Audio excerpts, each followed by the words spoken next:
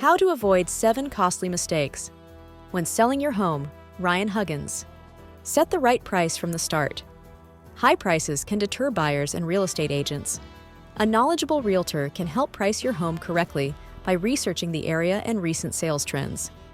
An innovative marketing plan can broaden your reach. Traditional methods like signs and open houses are just the beginning. Utilizing online advertising and social media can attract more potential buyers. Staging your home is essential. First impressions are crucial, so you want your home in top shape. Clear clutter, fix broken items, and ensure your home is well lit. If you move before selling, stage your home with furniture to avoid low offers. Negotiation strategies are crucial.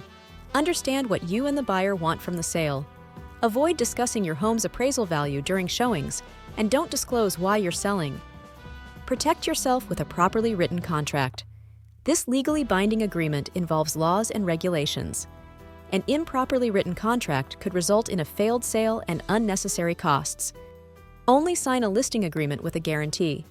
A professional realtor should include a written performance guarantee in their listing agreement, providing you flexibility to modify or cancel it. Choose the best agent to represent you.